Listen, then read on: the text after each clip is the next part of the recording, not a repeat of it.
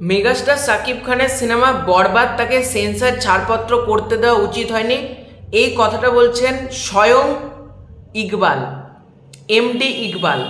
তো এমডি ইকবাল অনেক কিছু প্রশ্ন আমাদের উদ্দেশ্যে ছুড়ে দিয়েছেন। প্রশ্নগুলো একটা সাংবাদিক একটা ইন্টারভিউ দেখলাম, সেখানে এমডি ইকবাল বলছেন যেভাবে কোকেন টানা দেখাচ্ছে, যেভাবে কোপানো দেখাচ্ছে, জাতি কি শিখলো, জাতি এখান থেকে কি শিখলো, সচেতন জাতি কি শিখলো, এগুলো উনি প্রশ্ন রেখেছেন।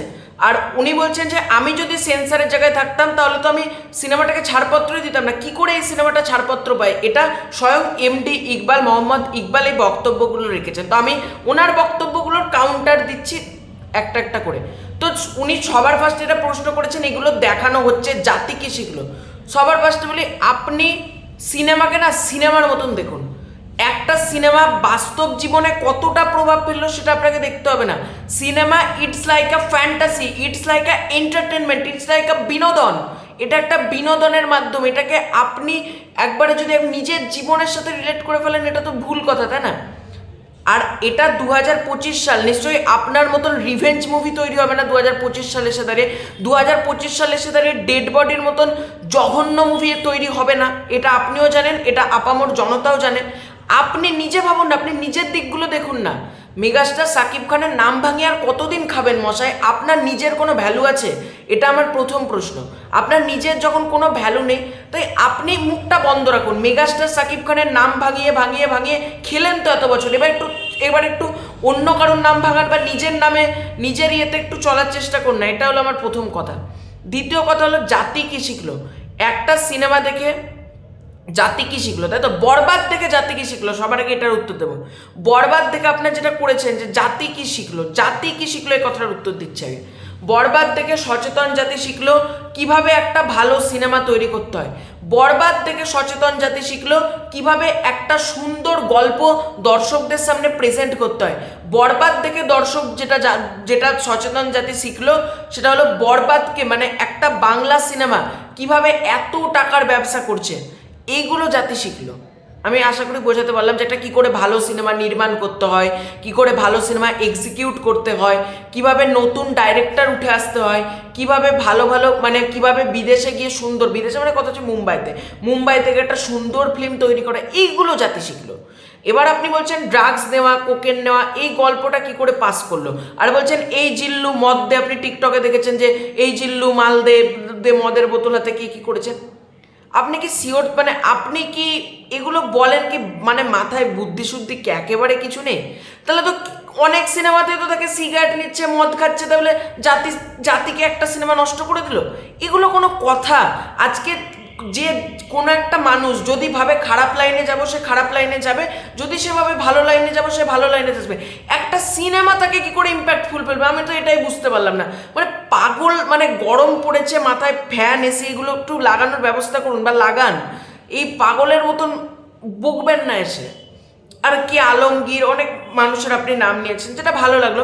তো জাতিকে নষ্ট করে দিচ্ছে বরবাদ, আপনি এই মন্তব্যটা করছেন। আপনার কি দেখে মনে হলো বরবাদ জাতিকে নষ্ট করে দিচ্ছে? আমি তো এটা বুঝতে না। আমি তো এখনো পর্যন্ত বরবাদ মুভিটা দেখিনি, তাও আমি বলে দিচ্ছি বরবাদ এমন একটা ছবি যেটা কোনো জাতিকে নষ্ট করতে পারে না।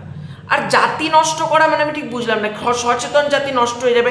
সচেতন জাতি যদি নষ্ট হয়ে যেত তো সচেতনই তারা ছিল না। আমি একটা কথার কথা বলছি, আপনার কথায় সচেতন জাতি কি শিখলো? সচেতন জাতি নষ্ট হয়ে যাবে, আপনি এই কথাটা বলেছেন না ইন্টারভিউটার মধ্যে। আমি একটা কথা বলি, সচেতন জাতি যদি বরবাদ থেকে নষ্ট হয়ে যায় তাহলে সচেতন জাতি কোনোদিন সচেতনই ছিল না, নামেই সচেতন ছিল। কারণ আজকে সচেতন জাতি যদি ভাবে ড্রাগস নেওয়া শিখবো, এটা কি বাচ্চা? মানে ড্রাগস নেওয়া কোনোদিন কোনো সিনেমাতে দেখেনি। ড্রাগস জিনিসটার প্রথম ব্যবহার বরবাদ মুভিতে হলো। মানে পাগলের প্রলাপ কত রকমের হয়, মানে এদের কি খেয়ে দেয়ে কোনো কাজ নেই বলো তো? মানে এইগুলো কেন? আপনি যেটা বললেন যে ড্রাগস নেওয়া, কোকেন নেওয়া, ড্রাগস আর কোকেন আজ থেকে আপনি যদি গুগল করেন 50 বছর আগেও ছিল। 50 বছর আগেও ড্রাগস কোকেনের ব্যবহার হতো। তাহলে 50 বছর আগে কি বরবাদ রিলিজ করেছিল না? 50 বছর আগে সচেতন জাতি ছিল না? কোনটা ছিল না? মানে ভুলভাল কথা বলার একটা লিমিট থাকে। আর মেগাস্টার সাকিব খানকে এভাবে অপদস্থ না বারবার মেনে নিতে পারবো না। যখনই ওনার সিনেমা আসছে, তুফান সিনেমার আগে আপনি ওরকম করলেন তুফান থেকে সচেতন জাতি কি শিখলো, তুফান থেকে এই হচ্ছে সেই হচ্ছে। আপনি আপনার নিজের সিনেমাটার দিকে আপনাকে ভেবুন। আপনি একটা রিভেঞ্জের মতন জঘন্য ছবি বানান, আপনি একটা ডেড বডির মতন জঘন্য ছবি বানান, আপনি নিজের দিকটাকে দেখুন। আর আপনার থেকে, আপনি তো বহু বছর ধরে সিনেমা তৈরি করছেন না, আপনার থেকে রায়হান রাফি, মেহেদী হাসান হৃদয় অনেক ভালো ডাইরেক্টর। তাই নিজের অক্ষমতা অন্যের ঘাড়ে চাপিয়ে দেবেন না, নিজের অক্ষমতা ঢাকার জন্য অন্যকে ছোট করবেন না। আপনি নিজে পারেন না সেটা সেই জায়গাতেই রাখুন। আপনি নিজে অক্ষম একজন মানুষ, আপনি অন্যর সক্ষমতাকে ঢাকছেন কি করে? এটা আমার সব থেকে বড় কথা। আশা করি আপনাকে বোঝাতে পারলাম। আর ইকবালের মতন মানুষ যতদিন ইন্ডাস্ট্রিতে থাকবে না, ইন্ডাস্ট্রি ধ্বংস হয়ে যাবে, এটুকু বলতে পারি। ইকবালের মতন মানুষ যতদিনে ইন্ডাস্ট্রিতে থাকবে, বাংলাদেশ ইন্ডাস্ট্রির কোনোদিন এরা ভালো চায় না, এরা কোনোদিন চায় না তাদের ইন্ডাস্ট্রিটা অনেক বড় হোক। আজকে বরবাদ সিনেমার মাধ্যমে বাংলা ইন্ডাস্ট্রি কোথায় গিয়েছে ভাবো তো? যে সিনেমা 7 দিনে 28 কোটির বক্স অফিস, আমি তো বললাম মনে হয় 40 কোটির কাছাকাছি বক্স অফিস, আমি আজকে তোমাদেরকে বলেছিলাম। তাহলে এরা কোথায়?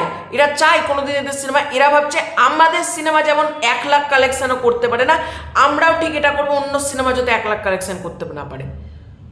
কিছু বলার নেই, ঠিক আছে? এই ধরনের মানুষ সমাজের জঞ্জাল, এটুকু বলতে পারি। ইকবালের মতন মানুষ সমাজের জঞ্জাল। হয়তো অনেক বেশি কিছু আমি বলে ফেললাম, এই ছোট মুখে অনেক বড় বড় কথা গেল, কিন্তু বলতে হতো, বিশ্বাস করুন। না তো আপনাদেরকে না নিতে পারলাম না আপনার কথাটা আজকে, তাই একটু বলে ফেললাম। তো আশা করি আপনি ব্যাপারটা বুঝতে পারবেন। তো এটাই ছিল আজকের ভিডিও। ভালো তাহলে লাইক করো, শেয়ার করো, সাবস্ক্রাইব করো, তোমাদের কি ওপিনিয়ন জানাও কমেন্ট করে। তো খুব শীঘ্রই আছে নতুন কোনো ভিডিও, ততক্ষণের জন্য বাই বাই।